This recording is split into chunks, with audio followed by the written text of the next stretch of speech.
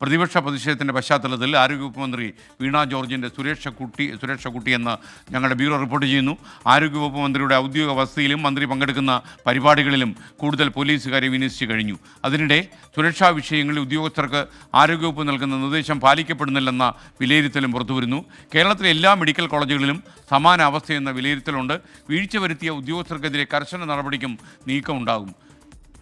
MG Pratheesh വിവരങ്ങളുമായി നമുക്കൊപ്പം തിരുവനന്തപുരത്ത് നിന്ന് ചേരുകയാണ്. പ്രതീഷ്, എന്താണ് ഈ സുരക്ഷ ഏത് രീതിയിലാണ് കൂട്ടിയിരിക്കുന്നത്?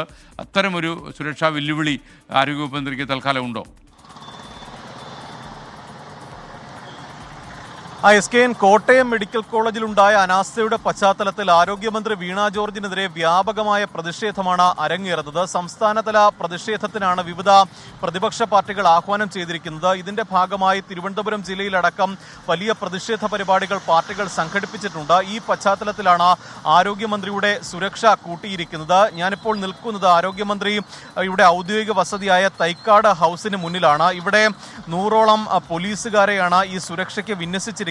പ്രത്യേകിച്ച് മന്ത്രിയുടെ ഔദ്യോഗിക വസതിയിലേക്ക് ഇന്ന് വിവിധ പ്രതിപക്ഷ സംഘടനകൾ പ്രതിഷേധ മാർച്ച് നടത്തുന്നുണ്ട്. 10:30യോടുകൂടി BJPയുടെ മാർച്ചാണ് ആദ്യം പറഞ്ഞിരിക്കുന്നത്. അതിന് പിന്നാലെ യൂത്ത് ലീഗിന്റെയും മഹിളാ കോൺഗ്രസിന്റെയും മാർച്ച് നടക്കുന്നുണ്ട്. ഈ പശ്ചാത്തലത്തിൽ കൂടിയാണ് ആരോഗ്യമന്ത്രിയുടെ വസതിക്ക് മുന്നിൽ കൂടുതൽ പോലീസുകാരെ വിന്യസിച്ചിരിക്കുന്നത്. ഇന്ന് രാവിലെ 9:30യോടുകൂടി മന്ത്രി ഔദ്യോഗിക വസതിയിൽ നിന്ന് സെക്രട്ടേറിയറ്റിലേക്ക് പോയിട്ടുണ്ട്. തൈക്കാട് ഗസ്റ്റ് ഹൗസിൽ മന്ത്രി പങ്കെടുക്കുന്ന ഒരു ഔദ്യോഗിക പരിപാടിയുണ്ട്. ഈ പശ്ചാത്തലത്തിൽ അവിടെയും കൂടുതൽ സുരക്ഷ കൂട്ടിയിട്ടുണ്ട്. മന്ത്രി പോകുന്ന റോഡുകളിലൊക്കെ തന്നെ കരിങ്കൊടി പ്രതിഷേധത്തിന് സാധ്യത ഉള്ളതിനാൽ ഓരോ ഇടങ്ങളിലും കൂടുതൽ പോലീസുകാരെ ഈ സുരക്ഷയ്ക്ക് വേണ്ടി വിന്യസിച്ചിട്ടുണ്ട്. അത്തരത്തിലൊരു സുരക്ഷാ ക്രമീകരണമാണ് ആരോഗ്യമന്ത്രിക്ക് നൽകിയിരിക്കുന്നത്. സർക്കാരിന്റെ നിർദ്ദേശപ്രകാരമാണ് അത്തരത്തിലൊരു സുരക്ഷ മന്ത്രിക്ക് കൂട്ടിയിരിക്കുന്നത്. മാത്രമല്ല, നേരത്തെ SKN സൂചിപ്പിച്ച മറ്റൊരു പ്രധാനപ്പെട്ട കാര്യം, ഈ സുരക്ഷാ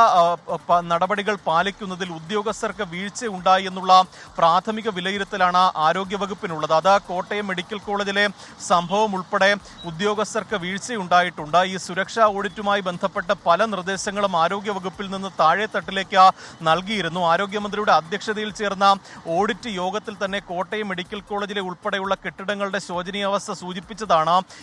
അവിടെ ആ കെട്ടിടം ഉപയോഗിക്കരുതെന്നും അവിടെയുള്ളവരെ മാറ്റി താമസിപ്പിക്കണമെന്ന നിർദ്ദേശം നേരത്തെ നൽകിയിട്ടും അത് പാലിക്കാതെ ഉദ്യോഗസ്ഥർ വലിയ അനാസ്ഥ കാണിച്ചു എന്നതാണ് പ്രധാനമായും പറയുന്നത്. കോട്ടയം മെഡിക്കൽ കോളേജിൽ മാത്രമല്ല, സംസ്ഥാനത്തെ മുഴുവൻ മെഡിക്കൽ കോളേജുകളിലും സമാനമായ സാഹചര്യമുണ്ട്. ഈ സുരക്ഷാ ഓഡിറ്റ്, ഒപ്പം ഫയർ ഓഡിറ്റ് ഉൾപ്പെടെ നടത്തുന്നതിൽ വീഴ്ച, ഒപ്പം ആരോഗ്യവകുപ്പ് നൽകുന്ന നിർദ്ദേശങ്ങൾ ഉദ്യോഗസ്ഥർ കാര്യമായി പാലിക്കുന്നില്ല എന്നതാണ് ആരോഗ്യവകുപ്പിന്റെ വിലയിരുത്തൽ. അതുകൊണ്ട് തന്നെ ഈ വീഴ്ച വരുത്തിയ ഉദ്യോഗസ്ഥർക്കെതിരെ നടപടി സ്വീകരിക്കാനുള്ള ഒരു നീക്കവും ആരോഗ്യവകുപ്പിൽ നടക്കുന്നുണ്ട്. മാത്രമല്ല, ഏറ്റവും പ്രധാനപ്പെട്ട കാര്യം, ഈ കോട്ടയം അപകടത്തിന്റെ പശ്ചാത്തലത്തിൽ ആരോഗ്യവകുപ്പ് ഡയറക്ടർ ഇന്ന് ഒരു അടിയന്തര യോഗം വിളിച്ചിട്ടുണ്ട്. 11 മണിക്ക് ഓൺലൈനായിട്ടാണ് യോഗം ചേരുന്നത്. വിവിധ ജില്ലാ മെഡിക്കൽ ഓഫീസർമാർ, ആശുപത്രി സൂപ്രണ്ടുമാർ, ഒപ്പം ആരോഗ്യവകുപ്പിലെ ഉന്നത ഉദ്യോഗസ്ഥർ ഈ യോഗത്തിൽ പങ്കെടുക്കും. ആശുപത്രി കെട്ടിടങ്ങളുടെ ബലക്ഷയം സംബന്ധിച്ചാണ് ഈ യോഗം പ്രധാനമായും നടക്കുന്നത്.